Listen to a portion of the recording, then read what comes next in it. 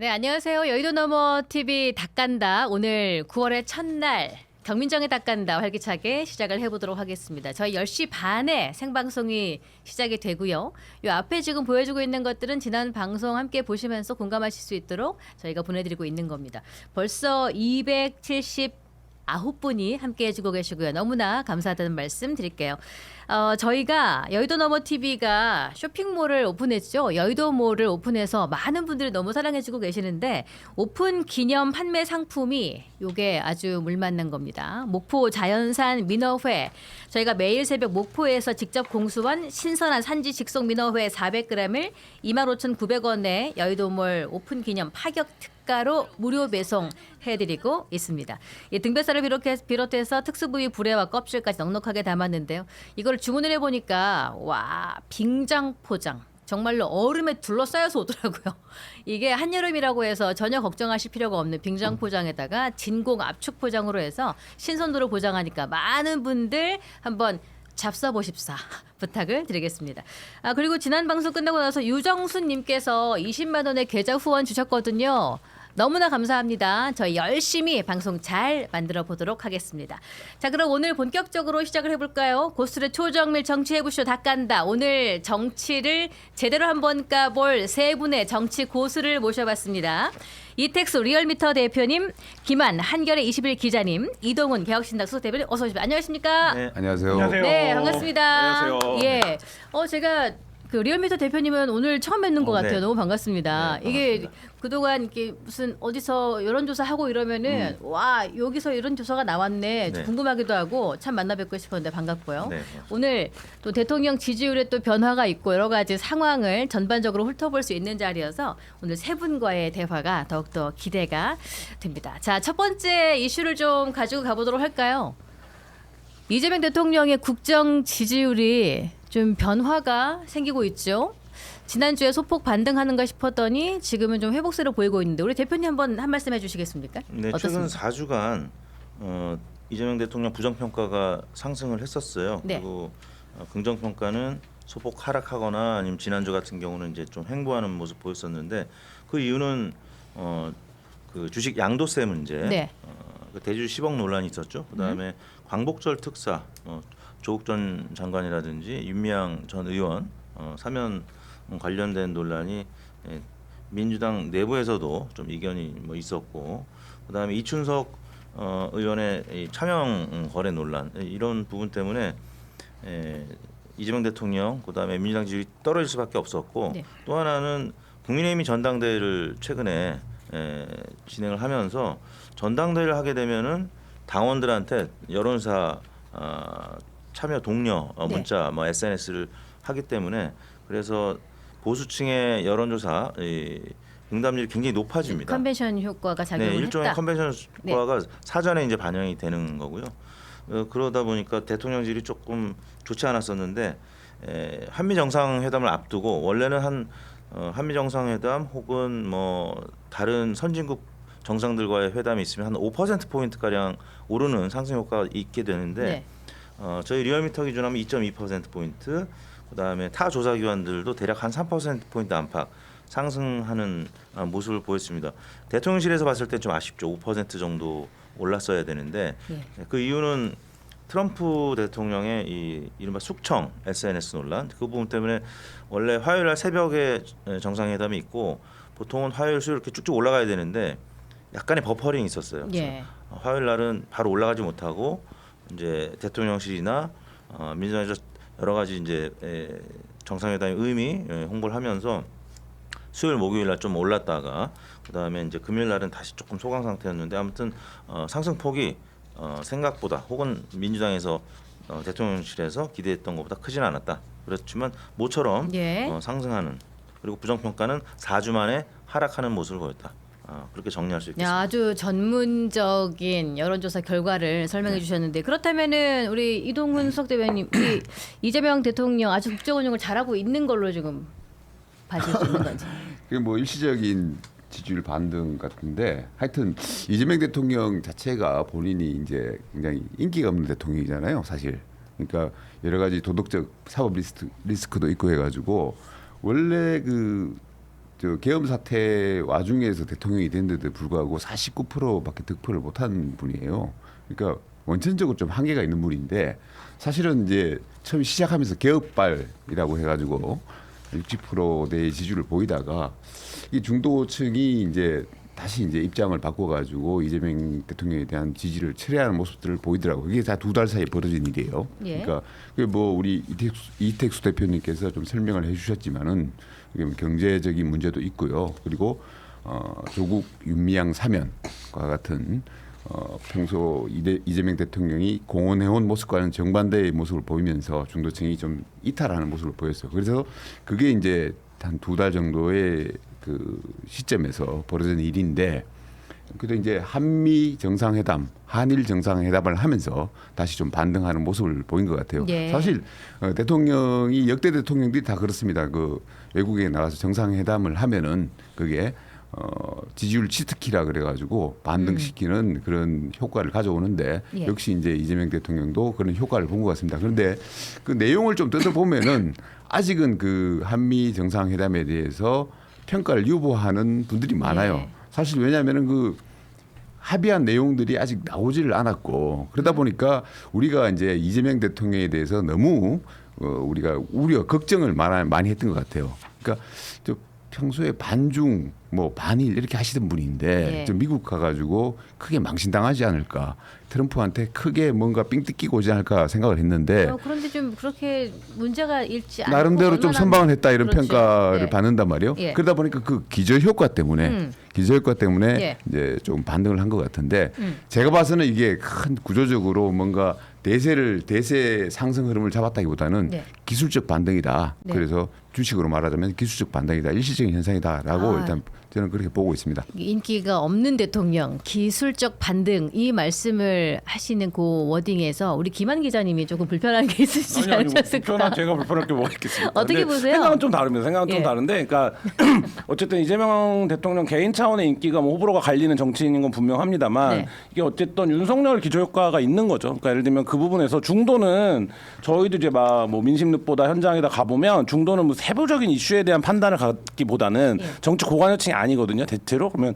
대통령이 대통령스러운 일을 좀 하면 좀 좋아합니다. 그러니까 뭐 진보 보수를 떠나서. 예. 근데 대통령이 이건 대통령이 하는 일은 할 만한 일은 아니잖아라고 하면 확 꺾이거든요. 근데 예. 이 순방 외교라는 게 전형적으로 대통령이 좀 대통령스러워 보이는 일이죠. 그러니까 사람들이 보기에는 예를 들면 한미 정상회담의 세부적인 뭐 예를 들면 성적표나 이런 거는 사실 전문가들이나 정치 고관여층이 따질 수 있는 거고 일반적으로 이제 여론에 반응하는 사람 중도라고 불리는 집단에서는 네. 대통령이 미국 가서 뭐 트럼프랑 만나고 뭐 악수하고 뭐하고 뭐 회담도 괜찮았다며라고 네. 하는 정도면 이제 말하자면 여론에 영향을 미칠 수 있는데 그 정도는 충분히 좀 한 것 같고 저는 뭐 지금 뭐 이렇게 그 지형의 구도나 그다음에 연령층 대비 따졌을 때 민주당 대통령이 50에서 65 사이에서 횡보하는 거는 저는 이제 그 정도 구간 안에 대통령이 머무는 거고 네. 그게 이제 무너지는 게 사실 이제 문제. 인 거다. 이 지금 지지율 한 3개월치 놓고 보면 근데 보면 65에서 이제 바닥을 찍었을 때가 51.1이었고 지금 53.6이기 때문에 말씀하신 것처럼 뭐 일시적인 거라고 볼 수도 있고 기술적인 거라고 볼 수도 있지만 그 구간 안에서 어쨌든 세부적인 평가들이 그때 맞춰서 이루어지는 과정이기 때문에 뭐 크게 뭐 어떤 뭐 말하자면 말씀하신 것처럼 5%가 올랐어야 되는데 이런 것보다는 어쨌든 네. 그 구간 안에서 움직이고 있는 것 같고 근데 저는 이제 그 이 대변님이랑 조금 생각이 다른 게 네. 10월 말까지는 갈 겁니다. 왜냐하면 에이펙이 있기 때문에 그때까지는 말한 것처럼 대통령스러운 일을 좀 하는 모습들을 보여줄 거기 때문에 거기서 뭐 예를 들면 세부적인 이슈에서 뭐 검찰 개혁의 생각이 다를 수 있고 뭐 검찰 개혁은 물론 굉장히 큰 이슈이긴 합니다만 그런 것들에서 이제 뭐 부침이 있겠지만 어쨌든 한 에이펙 정도까지는 예. 지금 추세선 정도가 유지되지 않을까라는 생각은 뭐 개인적으로는 하고 있습니다. 네, 지금 8월 셋째 주에 보면 51.4%였던 것이 이제 53.6%로 마무리를 했고 지금 9월 1일 오늘자로 우리 리얼미터 여론조사 결과가 53.6%, 갤럽은 59%로 반등을 했다 이렇게 나오는데 이택수 대표님 이게 여러 가지 요인이 있다고 아까 네. 설명을 쭉 해주셨어요. 그런데 정말로 그 어느 한 장면에 그냥 국민께서 필이 탁 왔었던 장면이 있을 것 같아. 어떤 장면이 진짜 지지율에 가장 강한 영향력을 줬을까? 하나만 딱 꼽자면 뭡니까? 뭐 여하튼 트럼프 대통령하고 그 만나는 오벌 오피스에서 만나는 그 장면이죠. 그리고 굉장히 우려를 많이 했었잖아요. 네. 트럼프 대통령이 워낙 돈키호테 같은 그런 측면이 있기 때문에 그리고 더욱이 정상회담 직전에 그런 숙청이라는 단어를 써가면서 SNS를 했기 때문에 굉장히 대통령실은 물론이고 전 국민이 좀 불안했죠. 그리고 한미 정상회담이 만약에 잘못되고 또 관세 관련된 또 뭐 부정적인 그런 결정이 있는 한미 정상회담 자리였다면 굉장히 우리 국민들 개개인한테도 직접적인 영향을 미칠 수 있는 사안이었기 때문에 굉장히 우려했고 특히 극우 유튜브에서는 네. 이재명 대통령을 트럼프 대통령이 굉장히 망신도 주고 우크라이나 대통령처럼 그렇게 할 수도 있다 혹은 뭐 안 만나줄 수도 있다 뭐 이런 얘기까지 있었기 때문에 그렇기 때문에 말씀하신 그 장면 그래도 잘 선방했다는 그런 모습 장면이 있어서 특히 보수층에서 많이 올랐어요. 그러니까 대구 경북에서 9.1% 포인트 올라서 가장 많이 지역적으로 올랐고 그다음에 여성도 많이 올랐고 그다음에 60대에서도 많이 올랐습니다. 3.4% 보수층이 5.7% 포인트. 그러니까 진보층은 뭐 그동안에 조금씩 다시 반등하기 시작했는데 예. 중도층보다 보수층이 많이 올랐다는 건 그만큼 우려를 많이 했다는 건데 극우 유튜브에서 예언했던 것보다는 상황이 좀 많이 다른 모습을 보여서 예. 보수층에서 다시 좀 회복하는 그런 모양새를 나타냈습니다. 예. 저는 그 이제 특히 한미 정상회담도 뭐 영향을 줬겠지만은 예. 한일 정상회담에서 이 이재명 대통령이 가가지고 그 과거 정부 그러니까 뭐 박근혜 정부라든가 윤석열 정부에서 해놓은 합의들을 갖다가 인정하는 모습을 보였어요. 그러니까 이재명 대통령이 평소에 그 이재명 대통령이 야당 대표 시절과는 전혀 180도 다른 모습이거든요. 그러니까 뭐 흔히 우리가 얘기하던 그 죽창가 들고 이 일본 문제를 과거사 문제를 가지고 정치적으로 이용하려고 하던 모습을 탈피를 해가지고 뭔가 한일 간에 맺었던 그 협의를 갖다가 인정을 하고 거기서 좀 성숙된 외교 한일 관계 그런 모습을 보였다고 할까요? 그런 모습들을 보여줌으로 해가지고 보수층에서 나름대로 그런 부분들이 상당히 좀 어필하지 않았나 하는 게 제 개인적인 생각입니다. 아, 그럼 한일 정상회담이 훨씬 더 그렇죠. 임팩트가 그러니까 있다. 보수층을 견인하는 데는 미국 입장에서도 우리나라한테 그동안 많이 욕을 해온 게 일본하고 관계를 우호적으로 빨리 바꿔라. 일본하고 과거사 문제 때문에 너희들이 계속 책을 지면은 네. 그게 왜냐하면은 중국과의 대중 그 라인을 펴는데 한미일 연대라는 걸 한 데 있어가지고 네. 한국과 일본의 관계 굉장히 중요하거든요. 한국과 일본이 친해야지만이 그게 연대가 유지가 되는데 네. 그래서 미국도 지금 트럼프도 가가지고 그걸 갖다가 욕을 하잖아요. 예. 이재명 대통령한테 일본하고 어떻게 뭐 잘 돼가느냐는 식으로 이제 얘기를 하지 않습니까? 그러니까 미국 조야에서도 가장 관심을 갖는 게 한국하고 일본의 관계인데 이재명 대통령이 그 부분에 있어가지고 굉장히 야당 대표 시절 보이던 모습과는 좀 다른 모습을 보였다. 지금 한일 또 한미 그 회담 모습에 임팩트가 있었다는데 김한 기자님 보시기에는 그 정상회담을 제외하고는 인상 네. 깊었던 장면이 있을까요? 회담 제외하고요. 네, 제외하고 회담을 고를 수 있습니다. 비행기에서 질의응답 받고 이런 장면들은 비행기 질의응답이요. 윤석열 정부 시절보다는 훨씬 더 뭐 그러니까 커뮤니케이션에도 능하고 그다음에 질문 이제 그만하자라고 하는데 대통령이 계속 하고 싶어 하잖아요. 예. 뭐 그런 모습들 보면 뭐 이재명 대통령의 캐릭터가 좀 드러나는 장면들은 있었고 그게 이제 어쨌든 뭐 어떻게 반영된다 이걸 인과관계를 따질 수는 없겠지만 사람들이 보기에 대통령 아까 제가 얘기한 얘기의 연장에서 보면 대통령으로서의 어떤 안정감, 유능함 뭐 이런 것들이 좀 보였던 것 같고 저는 이제 한일 정상회담은 뭐 여론조사의 지표상으로 놓고 보면 이대변인처럼 평가할 수 있지만 사실 뭐 저희 신문에서는 뭐 순한만 윤석열이었다 이런 표현도 지금 쓰고 있는 거 아닙니까? 그러니까 예를 들면 지금 말씀하신 한미일 보건의 동맹이라든지 한일 외교의 정상화를 위해서 너무 많이 말하자면 내준 거 아니냐 뭐 이런 평가도 지금 나올 정도로 근데 이제 그게 보수나 뭐 예를 들면 한일에 그거가 더 필요하다고 보는 입장에서 보면 후보자 시절 야당 대표 시절하고는 달라졌네라고 하지만 이제 말하자면 그거에 대한 또 말하자면 뭐라 그럴까요 평가 일단 어음으로 결제를 해줬는데 이제 청구서가 들어오겠죠 그거는 이제 받아봐야 될 것 같습니다. 그 한일 정상회담 끝나고 나가지고 신문 보시면요. 한겨레 신문하고 경향신문이 비판하는 사설을 썼고 예. 조선일보 같은 데서는 이제 옹호하는 사설을 썼어요. 그러니까 그러면 회담 잘한 거예요. 한겨레 신문한테 욕을 먹어야지 이제 잘한 이재명 대통령에 대해서 잘한 거라고 저는 봅니다. 예. 이게 그러면은 지지율이 여러 방면으로 나타나고 하면서 국민의 민심이 반영되고 이러는데 조국 혁신당의 조국 지금 연구 원장이시죠? 원장이 뭐 n분의 1 지지율 하락의 요인은 n분의 1이라 했는데 조국당의 지지율이 빠졌어요. 이거 어디로 갔을까? 그냥 참았을까? 안 찍고 참았을까? 민주당으로 조국을 지지율이 빠졌어요? 지지율 빠질 빠졌습니다. 지지율이 지금 있나요? 근데? 몇 아니 프로는- 그래도 좀 있어요. 한 칸 작아졌어. 0.7% 포인트 빠졌어요. 그래서 그래서 오차범위의 그야말로 안쪽인데 저거는 뭐 의미가 있는 건가요? 그게 그래도 이득수 대표. 3%가 넘지 못했다는 거가 상징성 있다. 조국 혁신당 입장에서는 좀 많이 속상할 것 같아요. 이게 그러면은 이분들이 민주당으로 옮겼을까?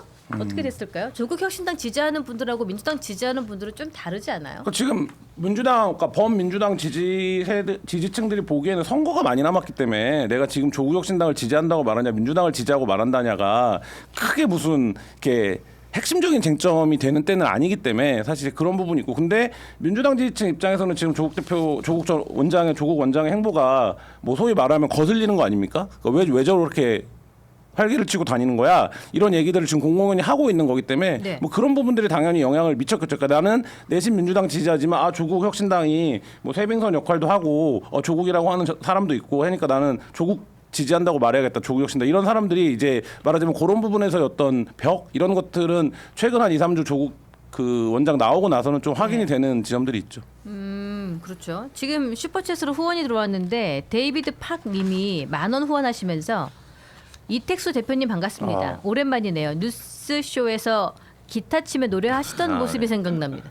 기타도 치십니까? 김현정 뉴스에서 그 유튜브 처음 시작했을 때 예. 1년 동안 기타를 매주 1년 쳤죠. 동안 매주요? 매주 쳤죠, 기타를. 경문정의 제가 되게 닭간다도 힘들었어요. 이제 막 시작했는데 1년 가능하시겠습니까?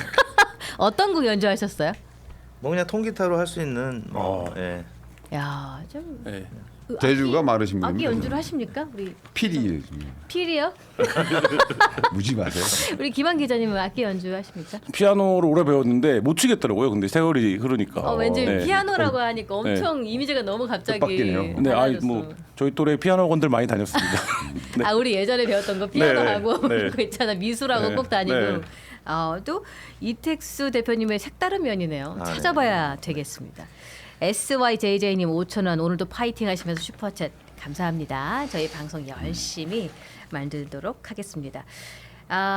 지금 난나칠구님은 그래서 뉴스쇼의 개국 공신이네요 하셨습니다.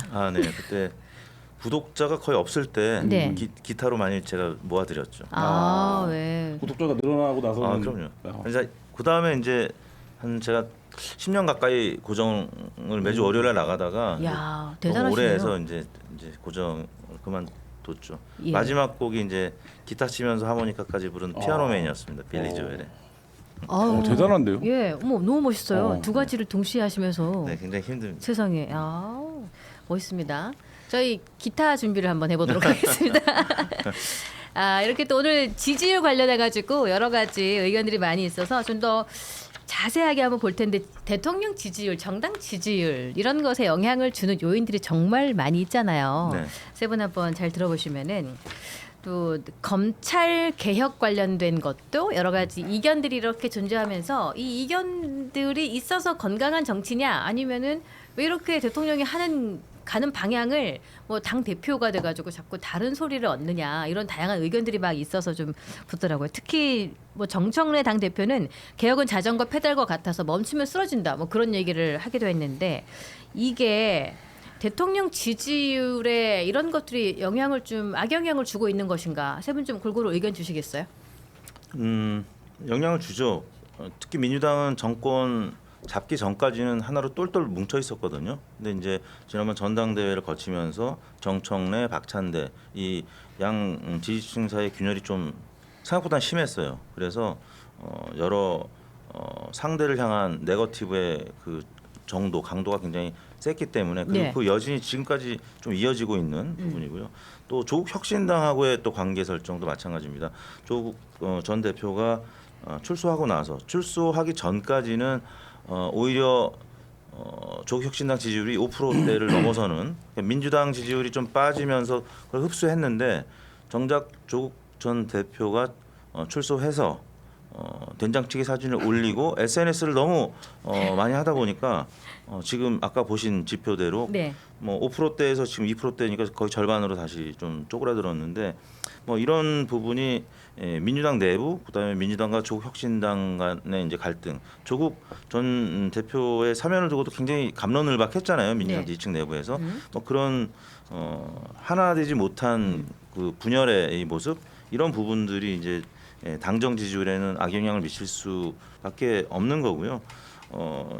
지금 조국혁신당에다가 이제 민주당 지지율도 같이 빠졌고 과거에 이제 노무현 대통령 때도 마찬가지였어요. 집권하고 나서 뭐 가령 한미 FTA 관련된 뭐 이런 문제, 그럼 진영 내부에서 굉장히 갑론을박이 있고 사실 보수층보다는 진보층의 이 공격이 훨씬 더 매섭고 아프고 따가워요. 근데 네. 상대를 향한 그 공격이 내부로 돌아왔을 때 그 균열이 크기 때문에 그러면 사실 진보층 유권자들이 여론조사에도 좀 덜 응답하게 됩니다. 예. 정치를 조금 혐오하게 되고 뭐 이런 징조가 조금 나타나기 시작했다는 점에서 지난주에 그 미디어 토마토하고 에브리 리서치는 대통령 지지율이 40%대 후반까지 떨어졌거든요. 네. 이제 그 다음에 KSY 또 갤럽, 리얼미터, 그다음에 오늘 김어준 씨의 여론사 꽃까지 이제 소폭 반등을 했는데 약간의 균열 지점이 이제 보이기 시작했다는 거죠.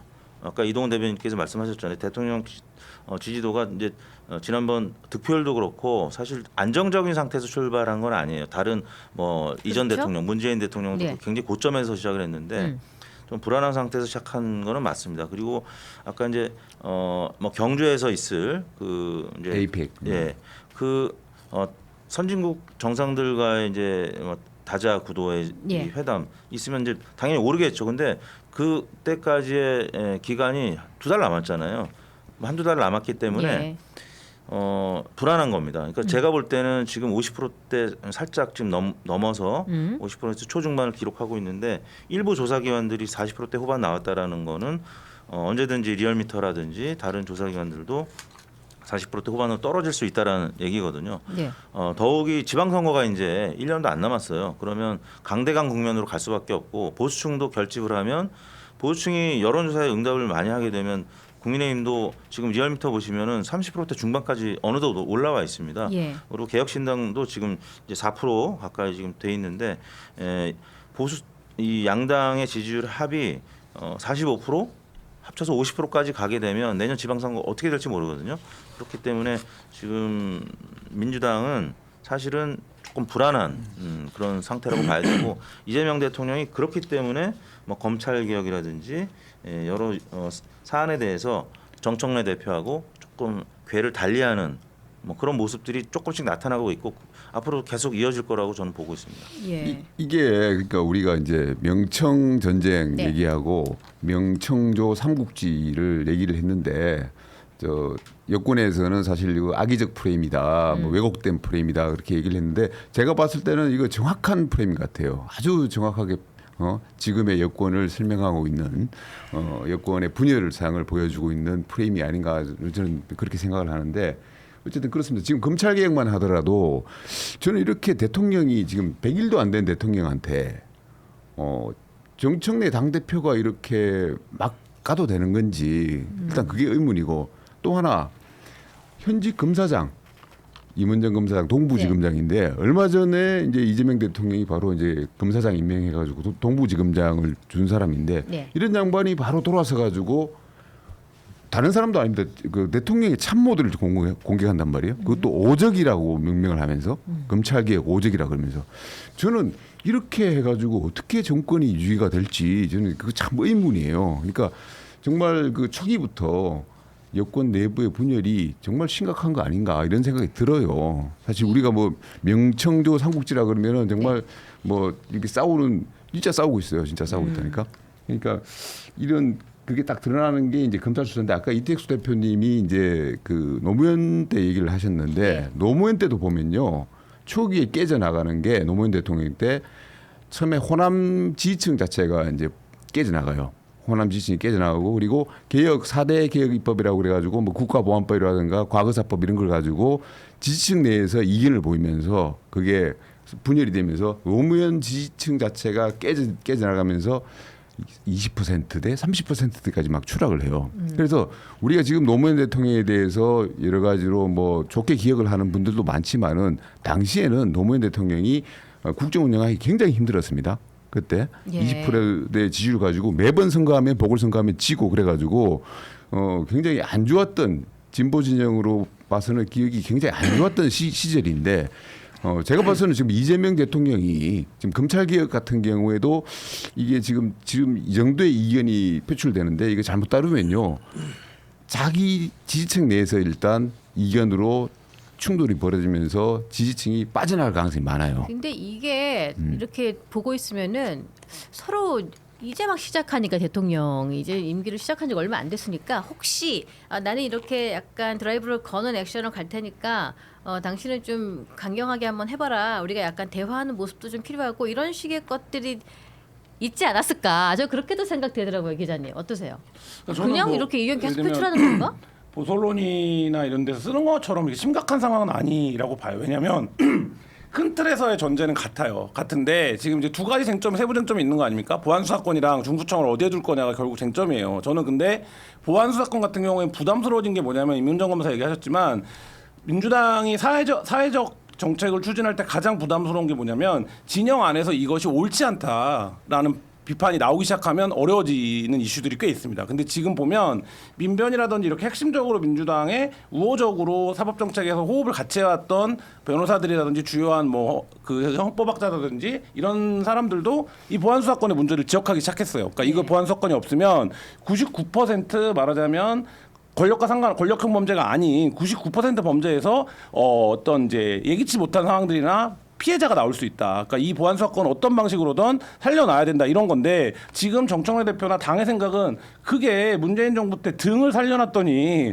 한동훈이 들어와서 이 등 갖고 수사를 다 해버린 거 아니냐. 이 이제 트라우마가 있는 거거든요. 네. 그러니까 사실 요 문제 하나가 있고 네. 또 하나는 중수청을 어디다 둘 거냐. 저는 이거는 만나서 얘기하면 해결할 수 있는 부분이라고 봐요. 왜냐하면 정성호 그다음에 법무부 장관, 행안부 장관이 다 어쨌든 당에 있을 때 이 논의를 했었던 거거든요. 당 틀거리에서는. 근데 지금 정성호 장관이 법무부 장관이 되고 나서 보니 예를 들면 당에 있을 때는 여의도 문법으로 따지면 내가 실제로 전략적으로 생각하는 득점이 80점이면 한 120점 정도 불러놓고 협상을 해서 80에 맞춰도 되는 건데 장관이 되고 보니까 120을 부를 수는 없는 거예요. 그렇기 때문에 한 90을 불러놔야 그리고 합의 수준도 80이 아니라 한 75나 75로 가도 네. 운영을 끌고 가야겠다 이렇게 지금 판단을 하고 저는 이런 정도의 문제라고 보는데 근데 문제는 뭐냐면 이게 그렇게 비춰지는 문제에서 정청래 대표의 캐릭터가 있죠. 예. 정청래 대표가 그 얘기를 물밑에서 하고 전화로 하고 이러면 좋은데 본인의 이제 내심을 SNS에 써버리니까 당 대표가 그럼 전혀 협의되지 않고 그냥 바로 SNS로 소통을 하는 것 같다.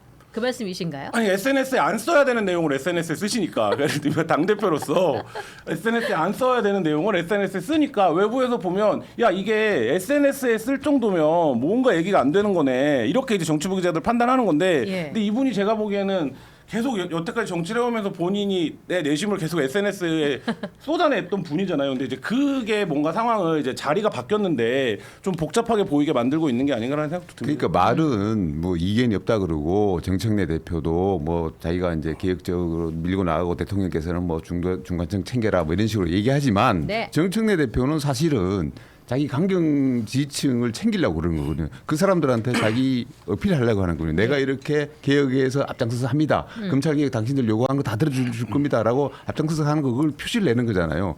그거는 결국은 뭐냐면은 대통령이 어떻게 하시든 나는 상관 안 해. 나는 내 앞길을 간다. 내 앞길이 뭐냐? 내년 지방선거 승리하고 나가지고 8월달에 전당대회에서 당 대표 돼가지고 2년짜리 정식 대표 돼가지고 공천권 행사하고 나중에 그걸로 발판 삼아서 대권까지 가겠다. 뭐 이런 생각 아닙니까? 그러니까 그래 경주 가서 근관 쓰는 그런 그 사진도 올리고 그렇게 하시잖아요. 네, 그런 거를 하려면은 그래서 보편적인 지지를 얻으려면은 전체를 봐야 되는데 이택수 대표님, 정청래 대표가 왠지 중도보다 강성 지지층에 좀 많이 치중해 있는 느낌이 들어요. 그거 왜 그렇다고 보십니까?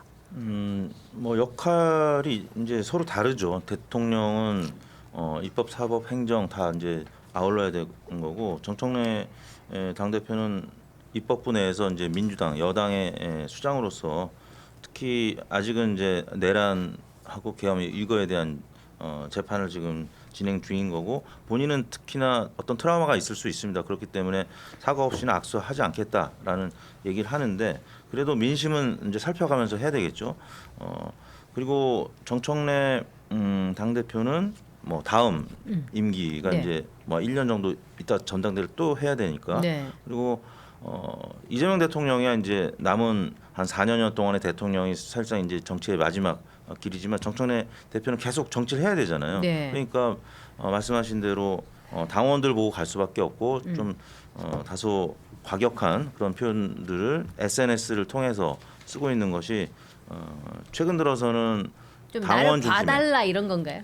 뭐 그런 부분이 분명히 있죠. 그렇기 때문에 뭐 조국 전 대표도 그렇고 사실 그거 빼고는 다 좋은 뉴스라고는 하는데 예. 정치인에게. 네, 그런데 예.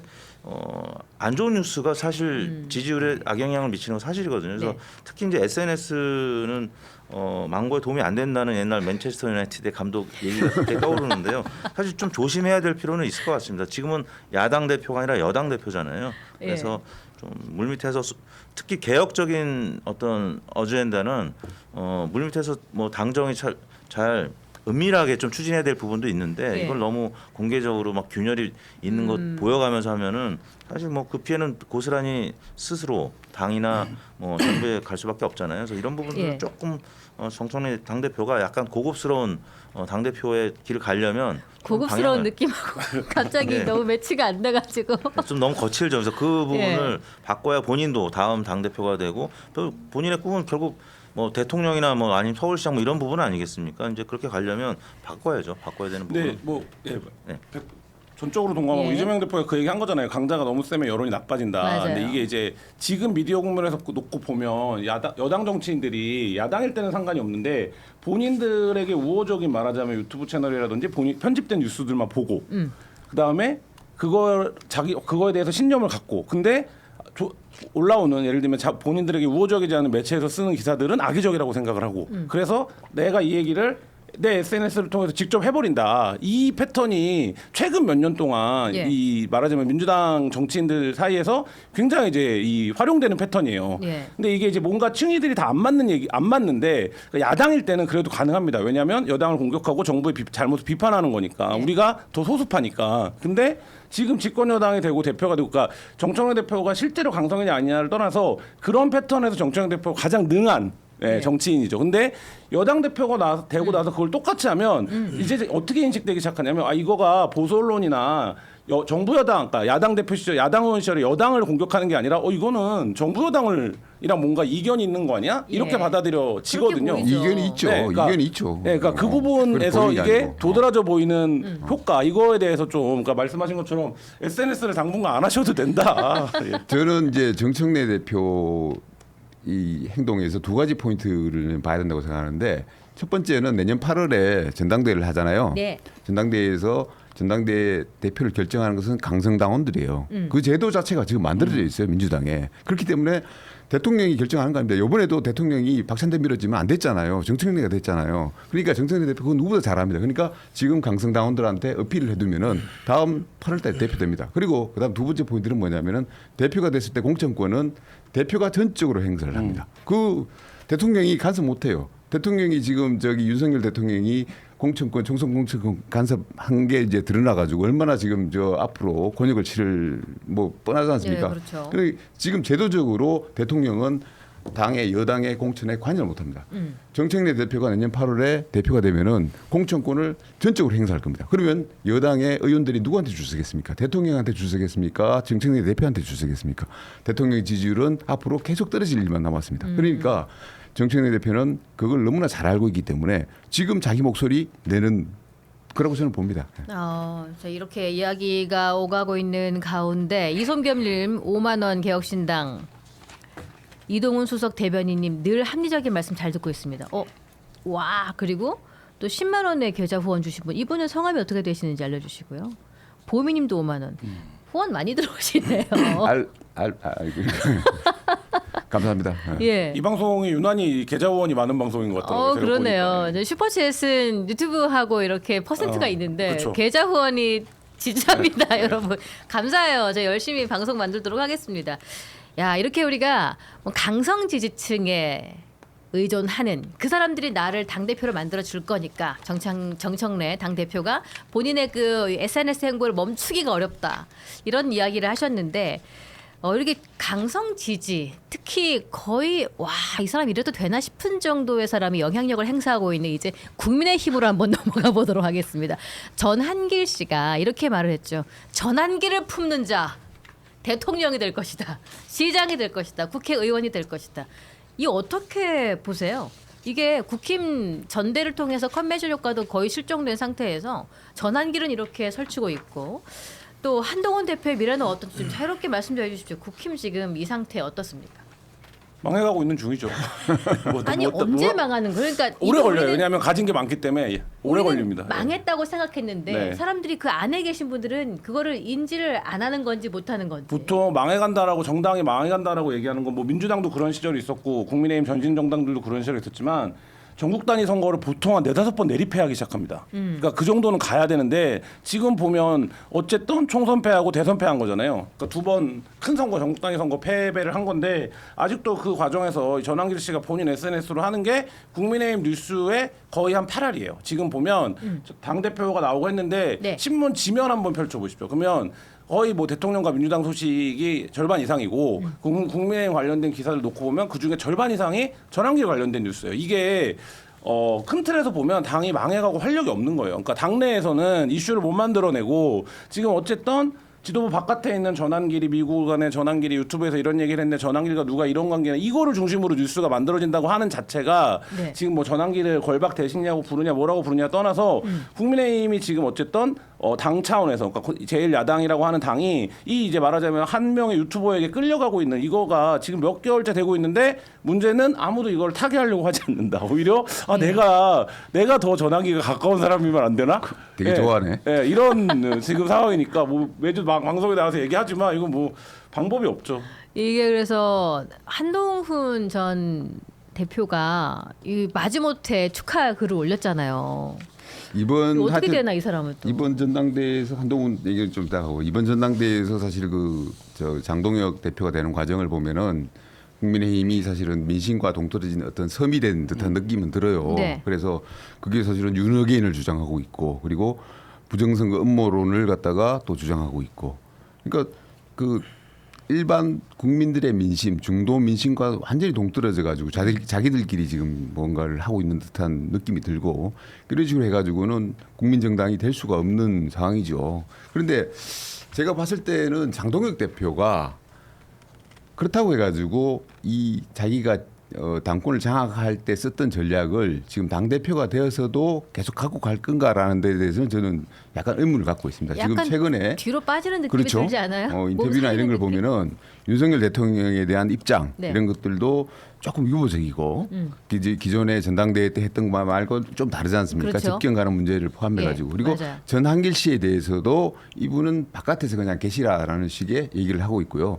그리고 부정선거 음모론도 마찬가지입니다. 그 부분에 대해 가지고도 좀 거리를 두는 듯한 모습을 보이고 있어요. 그러니까 저는 장동혁 대표가 이분이 사실 뭐 여러 가지 말들이 많지 않습니까? 불과 한 3, 4년 만에 그러니까 초선 의원으로 돼가지고 1.5선인데 네. 이분이 이제 야당의 대표까지 됐단 말이에요. 이런 과정에서 여러 가지 표변했다라는 비판도 많지만은 현실적으로 적응력이 굉장하신 분이라는 생각이기 때문에 지금 상황에서 국민의힘을 끌고 가기 위해서는 어떻게 해야 된다는 걸 본인이 잘 알고 있다고 저는 봐요. 그래서 지금 필요한 것이 뭐다. 그래서 우리가 저는 이재명 대통령한테도 그건 같이 적용돼야 된다고 보는데 네. 어떤 집권 전략하고 통치 전략은 달라가야 된다고 보거든요. 그러니까 뭔가 자세를 바꾸는 게 필요하거든요. 그게 중도로 좀 더 접근할 필요가 있고 장동혁 대표한테 지금 당장 필요한 거는 내년 6월 지방선거에 승리하는 전략이에요.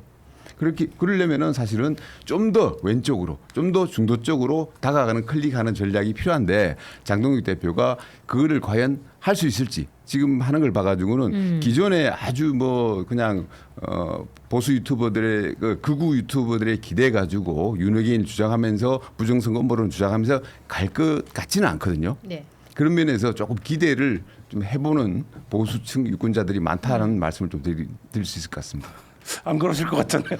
저요? 네, 그러니까 저는 기대하고 있어요. 저는 기대하고 있어요. 근데 크게 보면 두 개의 구심력이 작동하고 있죠. 예를 들면 장동혁 의원을 말씀하신 대로 1.5선이고 누가 보더라도 체급이나 이런 게 국민의힘 보수정당에서 대표를 할 체급은 아닌데 된 과정에서 본인을 밀어줬던 극우 유튜버를 포함한 어떤 이제 일련의 뭐 세력들의 이게 강하게 우리가 만든 대표가 어떻게 할 거야 이게 있고 여기서 배신하면 김문수처럼 나가리 된다 이것도 학습을 했죠. 그렇기 때문에 이제 고구심력이 하나 있고, 근데 또 뭐 중진들 만날 때 중진들 그 얘기 했다는 거 아닙니까? 강하게 더 중도로 와야 된다. 근데 실제로 당이 안 망하게 하려면 그쪽으로 좀 가야 될 것 같은데 이것도 작동을 할 거예요, 물론. 그러니까 여기서 장동혁 대표가 어디에 끌려갈 거냐. 근데 문제는 뭐냐면 이 극우 유튜버들이나 여기가 굉장히 지금 국민의 입장에서는 강하고 큰 스피커가 돼버렸기 때문에 장동혁 대표가 지금 벌써부터 왜 접견 안 가냐 지금 윤석열 만나기 전에 이재명 만난다고 이 얘기들을 극우 유튜버가 하기 시작했어요. 그렇죠. 그런데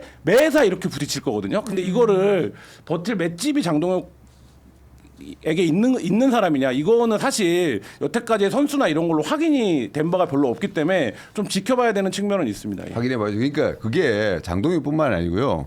이재명 대통령한테 똑같이 적용되는 거예요. 이재명 대통령도 지금 그 강경 지지층한테 끌려가가지고는 국정 운영이 안 되거든요. 검찰 개혁 같은 거 마찬가지 대표적인 거잖아요. 그러니까 지지층을 좀 배신할 줄 알아야 돼요. 지지층과 어긋나는 정치를 할 줄 알아야 되는데 그걸 갖다가 기술적으로 잘해야 돼요. 그게 안 되면은 또 엎어져 버리거든요.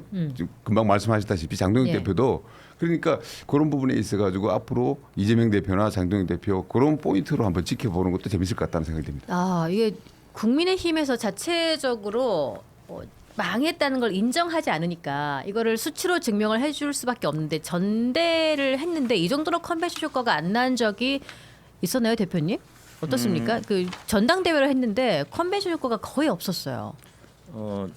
최근에는 컨벤션 효과가 전당대회 이전에 여론조사에 적극적으로 응답하면서 그 해당 정당의 지지율이 좀 오르고 그리고 끝나고 나면은 오히려 컨벤션 효과가 별로 없고 또 원치 않는 당 대표가 됐을 경우에는 또 경쟁이 굉장히 치열했을 경우에는 낙선한 후보 지지층이 여론조사에 또 덜 응답하면서 지지율이 좀 빠지게 되는데 여하튼 국민의힘 지지율은 리얼미터 기준하면 그래도 소폭이지만 이번 주는 좀 올랐고 최근 들어서 20%대 지지율이 자동응답 방식에서는 30%대 그리고 전화 면접에서는 20%대로 오른 건 사실입니다. 그리고 원래 대통령 지지율은 계단형 하락 곡선을 그릴 수밖에 없어요. 왜냐하면 5년 단임제에서는 더욱 그렇고요.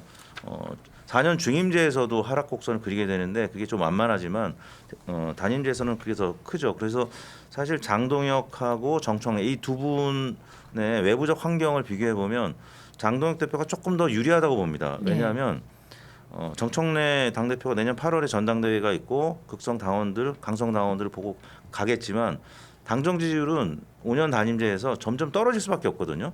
그래서 내년 지방선거를 앞두고는 강대강 국면으로 가면서 국민의힘 지지율도 40%대로 올라갈 수가 있고요. 민주당 지지율은 좀 떨어질 가능성이 있기 때문에 그렇다면 장동혁 대표는 당선됐을 때보다 당대표 취임했을 때보다 아무튼 지지율이 더 오를 가능성이 높고 그렇게 보세요. 정청래 대표는 지지율이 좀 떨어질 수밖에 없는 그러면 박찬대 전 원내대표가 다음 당대표가 될 수도 있는 거예요. 왜냐하면 지지율이 깡패거든요. 그러니까 지지율이 만약에 민주당 지지율이 떨어지면 강성 당원들도 이번에는 정청래 타이밍이 아니다. 박찬대 타임이다라고 언제든지 바뀔 가능성이 있기 때문에 저는 외부적인 환경 요인으로 본다면 장동혁 대표가 조금 더 유리한 국면이다라고 보고요. 그 아까 전환길 씨에 대한 뭐 의병 얘기하고 한 발짝 떨어지는 그런 모습.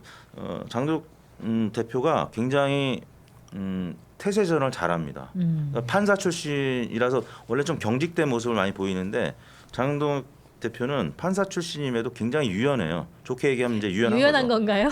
그래서 그 장동혁 대표를 모시고 있는 이 보좌진들의 얘기를 들어보면 학습 효과가 굉장히 뛰어나다라는 거예요. 그래서 최근 전당대회 때 굉장히 강성의 이 발언들 많이 했잖아요. 제스처도 굉장히 크고. 근데 그것들이 사실은 장동혁 대표가 좀 어려워했던 부분인데 참모들이 얘기하는 거를 다 흡수하고 본인이 이제 안다는 거죠. 좀 과장된 모습 이거 좀 약간 무리할 수도 있는데라고 하는데 참모들이 얘기하면 또 과감하게 실천해서 전환길 씨도 뭐 끌어안는 모습. 근데 제가 볼 때는 당 대표가 됐기 때문에 아까 집권 전략, 통치 전략 좋은 말씀하신 것 같아요. 이 장동혁 대표는 그런 전환에 굉장히 시프트에 굉장히 빠른 사람입니다. 제가 알기로는. 그래서 예. 네. 저 개인적으로 좀 알기 때문에 제가 예. 장동혁 대표가 앞으로 그런 부분을 잘 할 거라는 어떤 생각이 드는 거예요. 약간은 그리고 그 장동혁이라는 정치인 자체만으로 본인에게는 좋은 흐름이 나타날 수 있다. 왜냐하면 저는 이제 예. 장동혁 대표를 원외 때부터 알고 오랫동안 관찰했기 때문에 예. 그래서 주변 사람들로부터 얘기도 많이 들어서 좀 그 정보가 많습니다. 근데 정청래 대표보다는 훨씬 더 유리한 외적 내적 환경을 갖고 있다라고 이제 보는 거죠. 보수 측에서 보면 장동혁이라는 인물을 어떻게 보는 거예요? 저는 보수 아니 합리적 보수 관점에서 합리적 보면 보수 시각으로는. 제가 아까 말씀드렸다시피 이제 그야말로 이제 오른쪽 길로 너무 달리셨는데 우리 이택수 대표님 말씀처럼 그분은 성품 자체가 그렇게 외골수는 아닌 것 같아요. 그러니까 뭔가 지금 상황에서 뭘 해야 된다는 걸 판단을 하실 것 같고요. 네. 아까 우리 김민정 앵커님이 한동훈 대표 전 대표 얘기를 하셨는데 네. 저는 이제 그 얘기 잠깐 하고 싶은데 이제 이번 전당대회 때 사실은 최대의 어떤 패배자는 한동훈 전 대표거든요. 근데 어떤 분은 한동훈 대표가 나가지 않은 게 신의 한 수다 뭐 이런 분도 계시고 어떤 분은 어떻게 이 선출직 그러니까 근데 지금 정치인이 판에 안 나가냐 이렇게 말하는 사람도 있고. 그렇죠. 결과적으로 저 한동훈 전 대표가 이번 전당대회에서 그 장동혁 대표를 만들었다 이런 얘기 분석도 나오지 않습니까? 그러니까 그 표를 갖다가 분석하는 걸 일단 떠나가지고 한동훈 대표가 이 전당대회 과정에서 어떤 정치적 영향을 봤을 때 좀 네. 미천이 드러나는 거 아니냐 그런 생각이 들어요. 그러니까 우리가 그 왜 스토브 리그라는 드라마에서 그런 대사가 나오잖아요.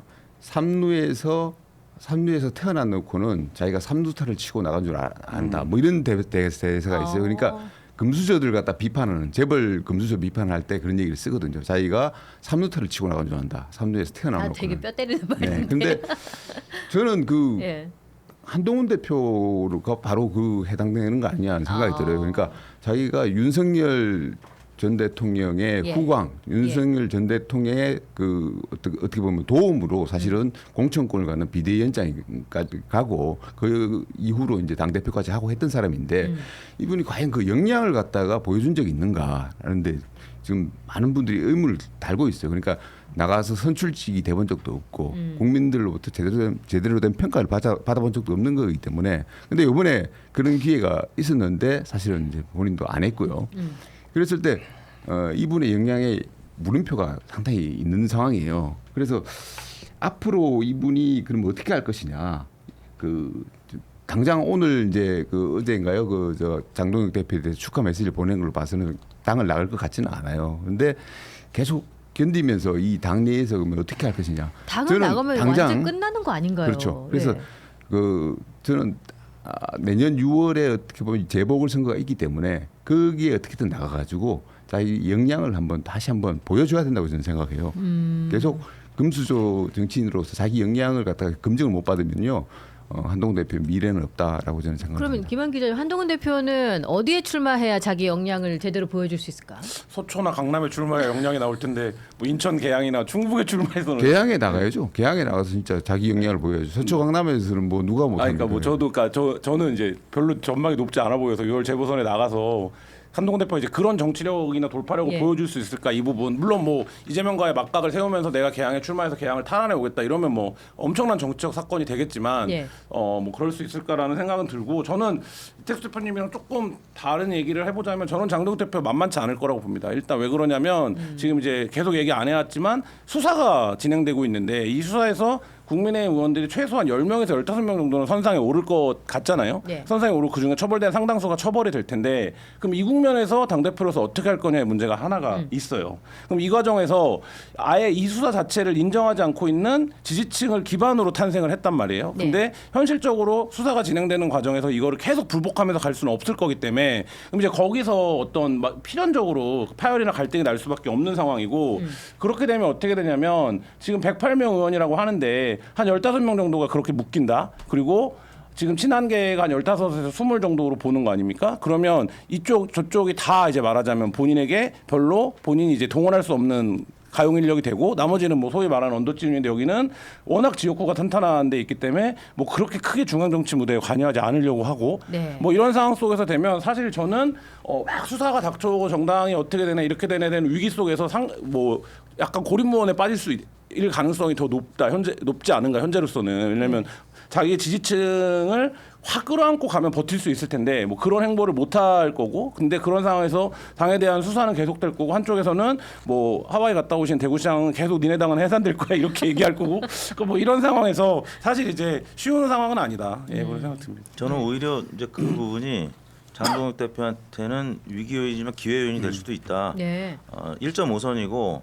자기가 세대 교체의 어떤 중심축에서 선수가 좀 많은 의원들 뭐 10명 아까 법적 리스크 있는 분들이 선수가 많은 의원들이 아마 다수일 겁니다. 그럼 그런 분들이 자연스럽게 정계 은퇴가 될 수 있다면 예. 국민의힘을 좀 바꿀 수 있는 그런 동력으로 될 수도 있고요. 그리고 두 번째는 사실 윤석열 대통령 구속된 다음에 김건희 씨가 구속이 되고 나서 국민의힘 지지율이 많이 올랐어요. 네. 그러니까 부부가 같이 구속됐다라는 점에서 보수층이 이 연민의 정 일종의 언더독 효과가 나타난 겁니다. 예. 분명히 그런 부분이 작용을 하거든요. 그래서 만약 국민의힘이 10명 정도 법적 리스크 체포가 되거나 구속이 되거나 이런 부분이 되면 오히려 민주당 지지층도 결집하겠지만 국민의힘 지지층도 결집한다라는 얘기죠. 예. 그거는 이제 장동혁 대표 입장에서는 뭐 일거양득, 뭐 양수겸장 또 이제 좀 전문 용어로 얘기하면 일타쌍피가 될 수도 있고 누이 좋고 매부 좋은 일이 될 수도 있다라는 점에서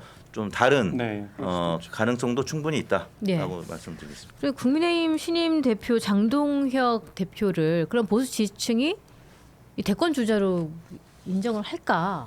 그런 거는 좀 생각을 해봐야 되지 않나요? 시험대죠. 그러니까 시험대. 장동혁 대표도 충분히 자질을 갖추고 있다고 저는 생각을 합니다. 그러니까 지금 뭐 전당대회 때 보여준 모습만 가지고 우리가 판단할 수는 없고요. 전당대회 때 보여준 그 사람의 어떤 철학이라든가 이런 걸로 봤을 때는 예. 대통령도 아니라 뭐 면장도 못하죠. 근데 지금 그런 모습들을 탈피하는 것들을 얼마나 보여주느냐. 그리고 그 당을 갖다가 다시 중도로 끌고 가면서 내년 지방선거에서 어떤 성적을 낼 수 있느냐. 지금 지방선거에서 국민의힘은 성적이 좋지 않을 것이다라는 생각을 다들 하고 있단 말이에요. 거기서 나름대로 의미 있는 성과를 냈을 때 장동혁 대표도 당연히 그 대권 주자로서 발돋움할 수 있을 거라고 저는 봅니다. 지금 조경희님께서는 이택수님 장동혁을 좋게 보시는 것 같다 이런 메시지가 올라오고 저는 이제 있어요. 개인적으로는 뭐 대통령부터 시작해서 정청래 대표하고도 잘 알고 예. 장동혁 대표는 사실 그분들보다는 사실 친분이 뭐 오래되지는 않았는데 제가 이제 오늘 방송에서는 객관적으로 바라봤을 때 그분의 어떤 그 변신의 능력 이게 예. 지금 1.5선 하는 과정에서 저는 많이 새로운 놀랐어요. 시각을 저런 부분이 들어서, 있었구나. 저는 알면서도 저런 부분이 있는지는 몰랐거든요. 그리고 예. 최근 전당대회 때 그동안에 보이지 않던 약간 과한 모습들도 하는 걸 보면서 와 저분이 굉장히 어떤 탤런트적 기질도 좀 있구나라는 생각을 했었어요. 그래서 예. 이제 앞으로 당 대표를 하면서 이 TK 자민련으로 남을 것이냐 아니면 극우 세력들과 결별하면서 네. 다시 전국 정당의 모습으로 갈 수 있을 것이냐.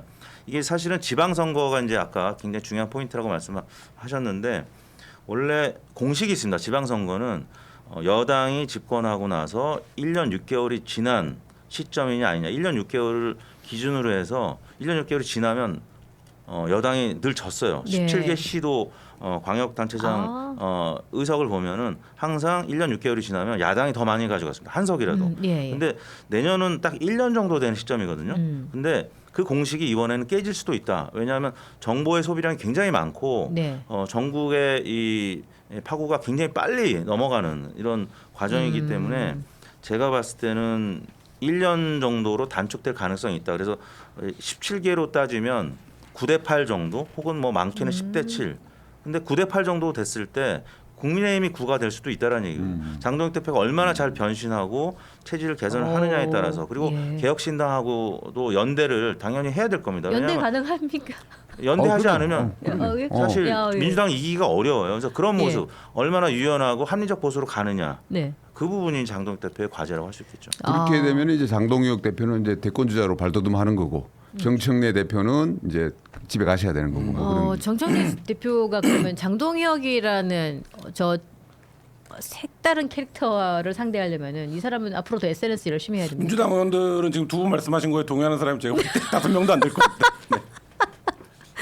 아 그분을 안 받아들인다. 네, 저는 민주당 입장에서는 그렇게 생각 안 할 것 같아요. 그래서 장동혁 그래? 의원이 말씀하신 대로 굉장히 선순환적인 구조 위에서 장동혁 의원이 올라타서 놀라운 정치력을 발휘하면서 극우 유튜버도 해치고 당내 이제 말하자면 윤호개인 외치는 사람들도 해치고 지금 당장 김민수 최고위원도 제끼고 전환길도 제끼고 뭐 이렇게 해서 이제 가야 되는 건데 물론 그럴 가능성이 없다라고 말할 수는 없겠지만 현실 정치에서 그게 상당한 어려움이 될 거고 근데 그것만 해도 어려운데 지금 외적 변수가 또 너무 많아요. 아까 말씀드렸던 것처럼 수사를 받고 있고 그다음에 내란과 연관성에서 따라서 정당이 어떻게 되는 거냐에 대한 정치 공세도 계속될 거고 그런 거에 대한 디펜스도 하면서 그 선순환 구조를 만들어서 내년 지방선거에 탄다 이러면 저는 장동혁 후보가 대선주자가 될 거라고 봅니다. 저도. 근데 그걸 현실적으로 내년 6월까지 시간이 많이 남아 있긴 하지만 굉장히 어려울 것 같고 당장에 뭐 지금 당 바깥에 혹은 당 안에 걸쳐 있는 주자들도 장동혁 대표를 그렇게 바라보지 않을 거예요. 그러니까 예를 들면 한동훈 대표라든지 뭐 홍준표라든지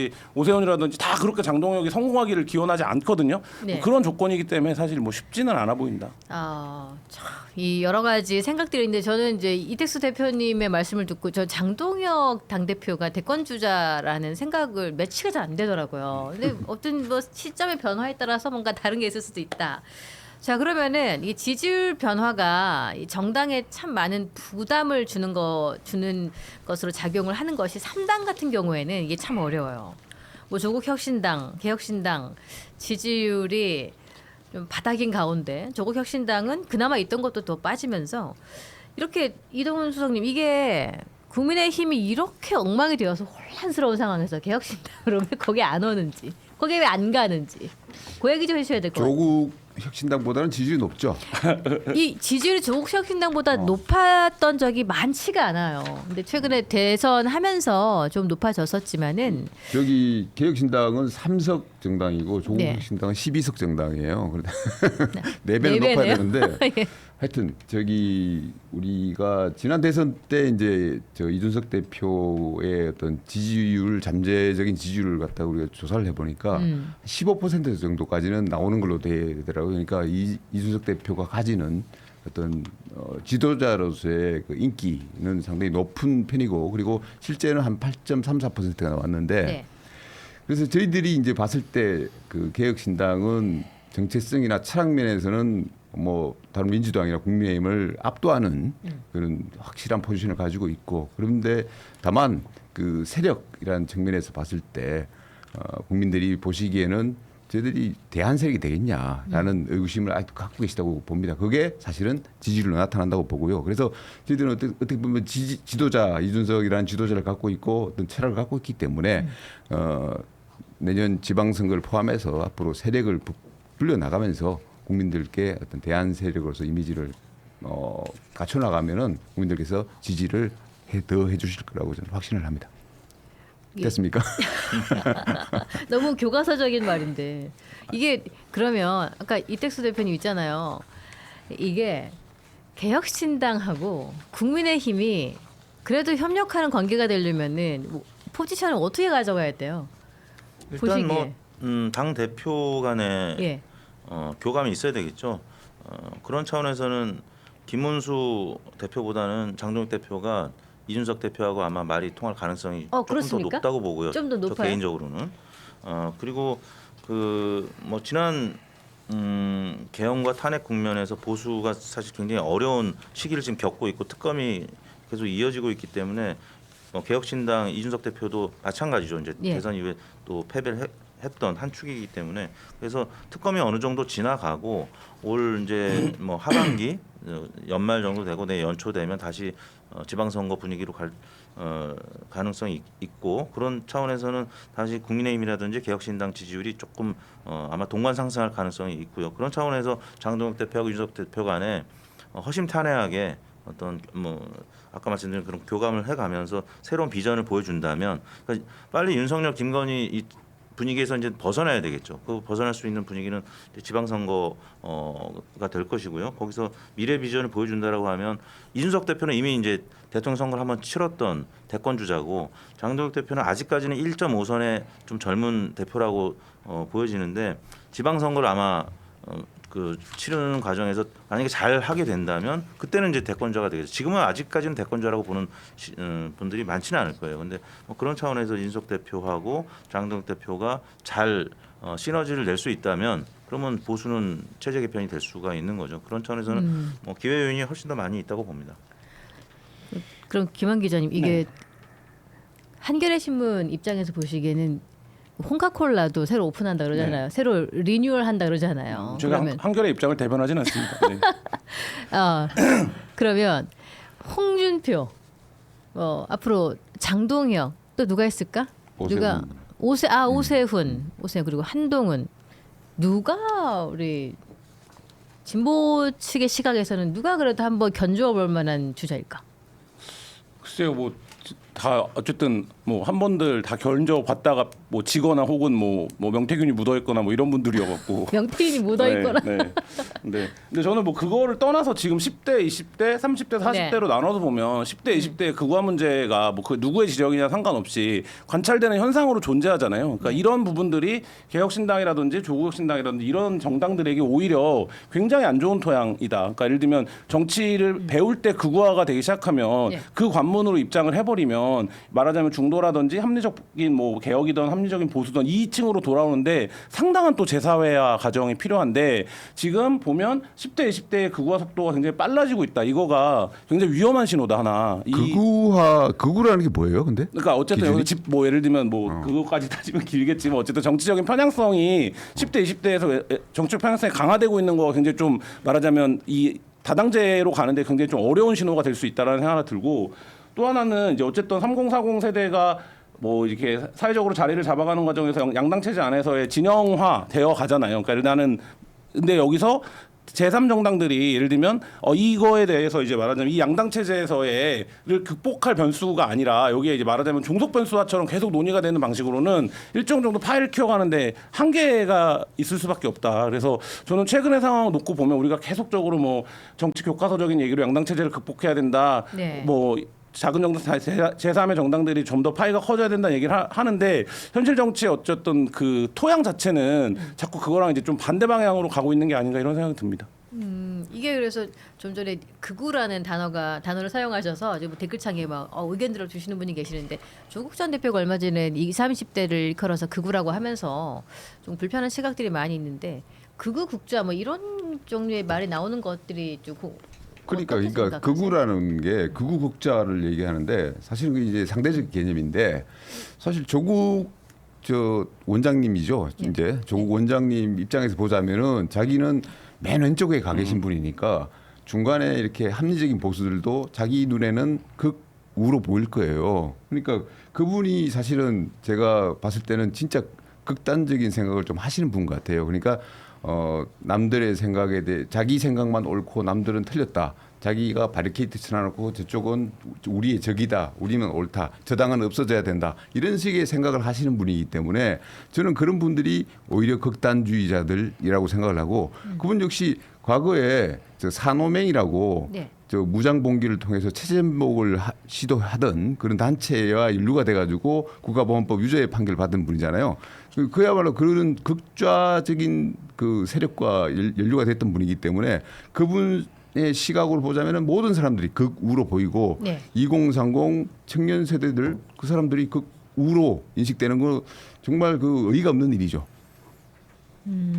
김한 기자님 동의하지 않습니까? 네, 뭐 동의하는 면도 있고 아닌 면도 있는데 얘기가 길어질 것 같긴 한데 어쨌든 제가 말씀드리는 극우는 뭐 예를 들면 정적 지향으로서의 극우라기보다는 큰 가치 틀에서의 어떤 행동 양식들이 단순화되면서 예를 들면 어떤 건 차별해도 돼, 어떤 거 왜 법원을 때려부시면 왜 안 돼, 뭐 이런 것들이 만연화되는 풍토 그리고 그것들에 대해서 사회적으로 강한 규율이나 통제를 통해서 이건 안 되는 일이야라고 단죄를 해가는 풍토 이런 것들이 돼야 되는데 지금 이제 그런 과정들이 윤석열의 어떤 비상경험과 내란 이후에 벌어지는 과정에서 놓고 보면 가치관에 혼란을 줄 수 있는 상황들은 지금 분명히 있는 것 같아요. 예를 들면 내란의 상황에서 저 사람도 관여한 것 같은데 저 사람은 왜 불구속으로 기소되는 거지? 근데 뭐 예를 들면 내란을 일으켜도 비상계엄을 일으켜도 가담했어도 그거에 대해서 굉장히 뭐 저렇게 되는구나. 저는 이런 것들도 다 영향을 미치는 과정이라고 생각을 하거든요. 근데 이제 이거를 잘 극복하는 게 굉장히 중요하다. 그리고 이제 뭐 현실 정당으로서의 극우가 뭐냐 이런 거는 철학적 논쟁보다 이게 우리 사회에서 이제 쓰는 표현으로 뭐 2030가 보수화됐다, 2030이 극우화됐다 이런 표현들 쓰는데 저는 이제 그런 의미에서 뭐 조국 대표가 사용한 것처럼 2030 세대 전체가 그렇게 됐다라는 의미로 말씀을 드린 게 아니라 그러니까 이제 그런 풍토들을 우리 사회가 어떻게 처리해 나가느냐 이 문제에 대해서 가치관을 세워주지 않으면 굉장히 좀 혼란스러운 상황이 될 수 있겠다라는 생각 듭니다. 그렇죠. 그 2030 청년 세대 보수화 요 발언 때문에 여러 가지 여론상에 아마 조국혁신당 지지율이 떨어진데 이런 발언도 한몫하지 않았을까 근데 싶은데요. 2030이 사실 보수화되고 이제 민주당을 이탈하게 된 거는 네. 가장 큰 원인이 이제 진보 진영 그러니까 대표적으로 조국 같은 분의 위선이에요. 위선에 우리 청년 세대들이 경멸을 한 거죠. 그거에 대해서 경멸을 해서 그 지지를 철회하고 이탈을 했기 때문에 보수화가 된 거고 그걸 가지고 그분이 이제 극우와 어쩌고 비판을 하는데 정말 그거는 정말 반성해도 시원찮을 판에 너무 어이가 없다. 좀 반성하시라. 이준석 대표가 교정 실패라고 얘기했는데 진짜 교정 실패인 것 같습니다. 참 갑자기 심각해지는 그런 분위기. 개혁시대 파이팅님 5만 원 후원 감사하고요. 이강년님 10,000원 후원 감사합니다. 그나저나 세 분은 민어회는 좋아하십니까? 좋아하죠. 네. 비싸서 못 먹죠. 네. 예. 어느 부위를 좀 좋아하시는 편이세요? 민어회는? 네, 껍질, 불에 뭐 이런 거 맛있죠. 좋아하십니까? 네. 예, 여기 지금 저희가 쇼핑몰이 오픈했습니다. 네, 알고 있습니다. 네, 아까 민어회와 같이 마음 먹는데 같아서는 하나씩 보내드리고 싶은데 네. 소주를 좋아합니다. 그거랑 같이 먹는 소주를 더 좋아하시는 거죠. 지금 울주군에 제가 지금 있는 곳이 울주군인데 울주군에 사시는 분이 좀 전에 이게 글이 올라가 버렸네요. 민어회 주문했다라는 말씀을 하셨어요. 너무 고맙습니다. 고스란히 조정밀 정치해보쇼 닦간다. 오늘은 이택수 리얼미터 대표님도 특별하게 또 한번 모셔봐서 이렇게 우리나라 지금 정치 현안을 좀 더 현미경처럼 이렇게 들여다보는 시간을 한번 가져봤는데요. 자, 오늘 여의도 너머 채널 내 쇼핑몰 여의도몰에서 목포 자연산 민어회 계속해서 판매를 하고 있습니다. 저희가 특별 판매로 무료 배송으로 진행을 하고 있으니까 많은 사랑과 관심과 바잉 부탁드릴게요. 여기 지금 그림 나가고 있네요. 25,900원. 이게 지금 날씨가 너무 더운데 어떻게 이런 생물을 주문을 할까? 저도 그 생각을 조금 했었는데요. 제가 주문해서 직접 받아보니까 포장 상태가 너무 좋아요. 훌륭해서 얼음에 정말로 휙 감겨서 오더라고요. 싱싱함을 보장합니다. 맛도 보장합니다. 여러분 많은 사랑과 애정 부탁드리겠습니다. 여기저기서 지금 파이팅 많이 해주시고 세 분께 뭐 지지하는 글, 응원글도 너무 많이 올라와서 감사하다는 말씀드리겠고요. 자, 오늘 날씨도 지금 궂은 날씨 와주셔서 감사합니다.